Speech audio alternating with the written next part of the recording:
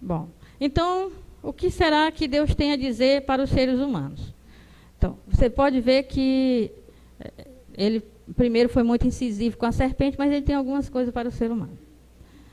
Bom, o ser humano não foi criado para sofrer, deixar sempre claro isso, mas para ter vida digna. O jardim significa a intimidade.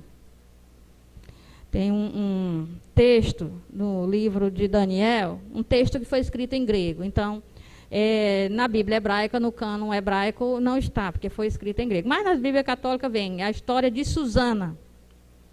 Então, essa história é assim, vocês podem encontrar na Bíblia de Jerusalém. A história de Susana, ela é uma mulher bonita, casada, né? A casa dela é uma casa, tipo uma mansão, uma casa rica. Então, no centro tem um jardim. Só tem acesso ao jardim quem é íntimo, quem é da família, ou então é um amigo muito íntimo. Então, dois amigos do marido dela se apaixonam por ela. E resolvem se esconder no jardim, porque no jardim é o lugar íntimo da casa, é onde tem as piscinas, as pessoas tomam banho, não é? É jardim pomar, é a mesma coisa, é o GAM, jardim pomar. Né? Então, quando ela vai tomar banho, eles correm para violentá-la. Mas aí os dois ficam cara a cara, que um não sabia que o outro também ia estar. Né? E aí ela grita. Quando ela grita, para eles não morrerem, aí eles inventam que viram Susana com um jovem, que o jovem fugiu, foram eles que gritaram, tentaram segurar esse jovem e o jovem fugiu. Então, por que eu estou mencionando isso aqui? Para vocês terem uma ideia do jardim. Então, a casa era tipo quadrada, no centro da casa tem o jardim, e o jardim só tem acesso quem é íntimo. Quando é dito que Deus colocou o ser humano no jardim, para ajudar a cuidar do jardim, para se responsabilizar pelo jardim, quer dizer, é íntimo, é da família. Né? Então, Deus vai aparecer aqui como um pai de família. Certo? Nesses textos. Então, o homem e sua mulher estavam nus e não se envergonhavam. Um estado de inocência. Não é? E aí, a proibição que Deus tinha dado era discernir o bem e o mal. Uma vez disseram assim, ó, o Deus da Bíblia detesta que o homem seja inteligente e não gosta das ciências. Não gosta do conhecimento. Proibiu o homem de ter conhecimento. Eu disse, desculpa. Em hebraico está discernimento. Discernir o bem e o mal. Saber o que é certo e o que é errado. Por si só. Plenamente saber o que é certo e errado. Sem a ajuda de Deus. Se fizer isso, é um Deus. Porque sua compreensão sobre o mundo, sobre as coisas, sobre as pessoas, é bastante limitada.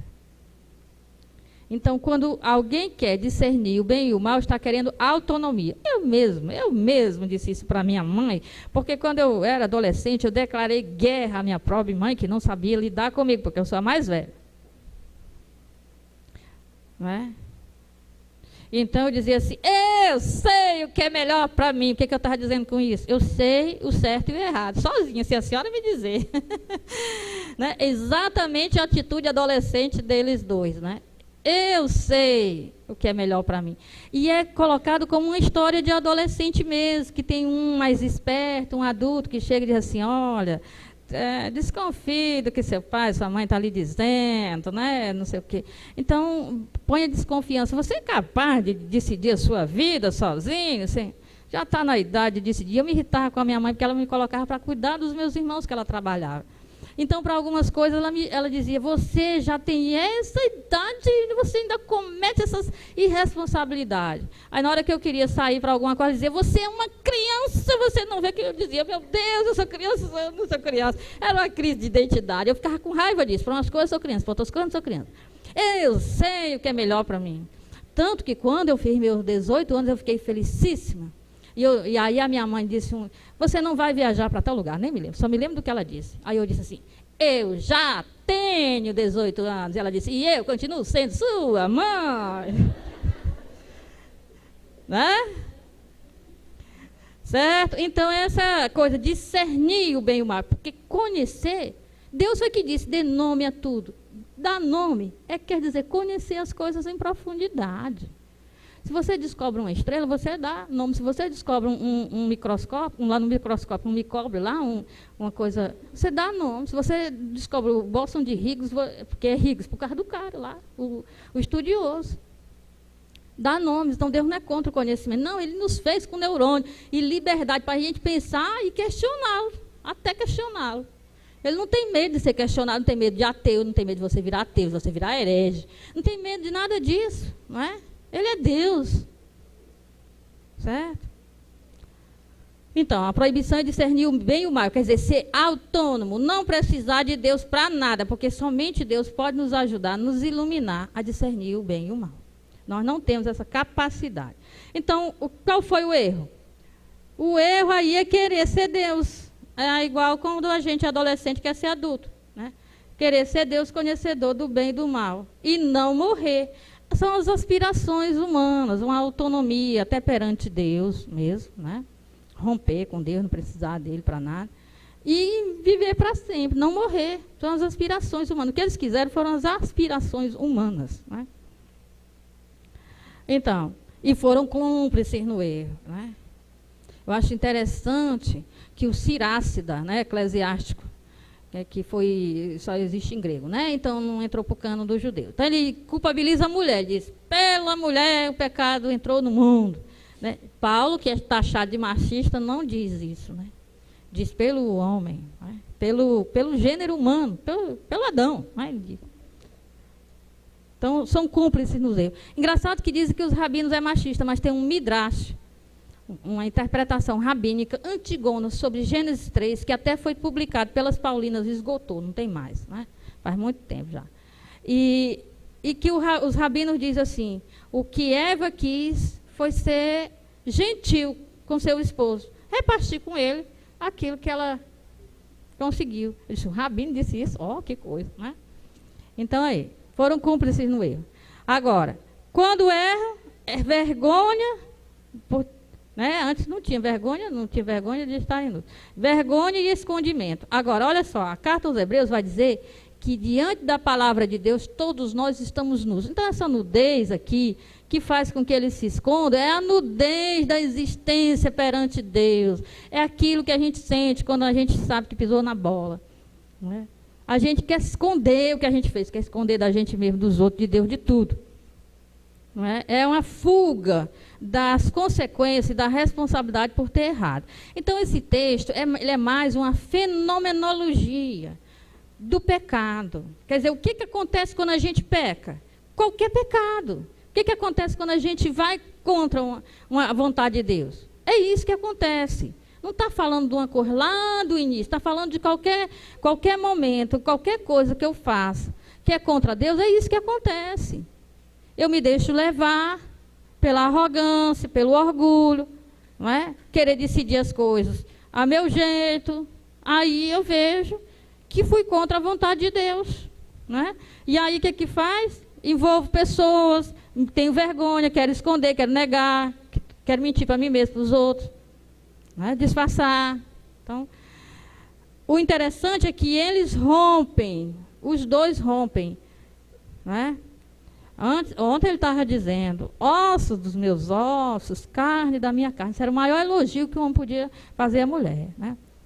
Acordar de manhã, ver a mulher ali na cama, na nudez, dizer, mas meu bem, você é osso dos meus ossos, carne da minha carne. Se vocês disserem para a mulher de vocês, ela vai dizer, bebeu. Tá doido. Mas aquilo era o maior elogio que podia dizer, né? Os ossos meus, quer dizer, a coisa mais importante da minha vida. Viu aí, Dan, se disser para a Mazé aí o que ela vai dizer, tá doido. Agora a Mazé sabe de Bíblia, então ela não vai dizer isso. Porque era assim, os ossos são o que me mantém de pé, né? a minha estrutura, o que há de mais interno, é o que protege os órgãos vitais, é o que vai estar presente, mesmo depois que eu morrer, o que vai ter lá nos ossos, vão ser o último a ser destruído. Então, a estrutura, você que mantém de pé, você é minha estrutura de vida, etc, etc. Viu, Dan? Viu isso para Mazé. Então, aí isso é romântico, isso é o cúmulo do romantismo. E agora, né? E você é metade de mim, né? A metade, a ticela. Ontem nós descobrimos que ticela não tem nada a ver com costela, tem nada a ver, não é? Certo? O pessoal aí está sabendo. Então, Então, agora ele diz assim, essa mulher aí, que você botou do meu lado, antes era auxiliar, né? Você botou essa mulher junto de mim, aí já fez, eu errei, ela me fez errar, né? Então, eles rompem. Então, foi a primeira crise matrimonial que teve, foi essa daí. Aí, então, o que Deus faz? Eles devem encarar o que fizeram. Deus fica puxando conversa. Primeiro cadê vocês? Nós estamos aqui escondidos. Estão escondidos por quê? Não, porque a gente não sei o que, não sei o que. Aí começa, né? Então, encarar o que fizeram. Arcar com as consequências e vencer o mal. Vencer. Tem que vencer. O chamado do ser humano é vencer o mal e não ser seduzido pelo mal. Tá? Então, veja. Na antiguidade, quando os exércitos entravam em guerra, né, os povos entravam em guerra, digamos assim, aqui é o povo A, ali é o povo B. Aí esse povo A aqui, porque está o Marcelo que está me filmando, vence a guerra. Né? Vence a guerra. E o povo B ali perdeu a guerra. Então, o rei, né, desse povo aí B que perdeu a guerra, ele vai ser preso, vai ser conduzido, quando o exército entrar na capital, ele vai estar sendo visto, né, vai estar preso com algemas, com roupas, né, com trapos, humilhado, para todo mundo da cidade dos vencedores verem aquilo ali. Mas ele está vencido, está preso, está derrotado e está preso, mas não está destruído. Porque não se destrói assim um inimigo, assim, sem classe. Não é? Então, o que vai ser feito? Ele vai ficar preso. Aí, no dia que tiver uma festividade, for o aniversário do rei, né? Foi alguma coisa assim importante, aí o rei vai dizer, agora nós vamos fazer a grande festa da vitória. E aí, o rei vencedor vai estar numa praça, convidar todo mundo, e todo mundo vai ver, todo mundo vai estar com a melhor roupa e tudo mais. E aí, o rei vencido é trazido, acorrentado, né? Em contraste com aquele esplendor do rei vencedor. E o rei vencedor vai pisar sobre a nuca. O rei vencido vai ser colocado no chão, de frente para a terra. O rei vencedor vai pisar sobre a nuca do rei vencido. É a última coisa que ele faz. Ele pisa sobre a nuca e espada na nuca. Então, pisar sobre a nuca é o ritual de vitória total, de destruição. Certo? Então, aqui, o que é dito? Serpente não tem nuca. Então, pisa sobre a cabeça. Pisar sobre a cabeça, pisar sobre essa região, quer dizer vitória completa, destruição. Então, o ser humano, não é? O ser humano, toda a raça humana, porque são os descendentes da mulher, a semente da mulher, aquela descendência daquela mulher, ou seja, todos nós, seres humanos, somos chamados a pisar a cabeça da serpente, que significa vitória completa sobre o mal. Bom, tem um descendente da mulher, não é?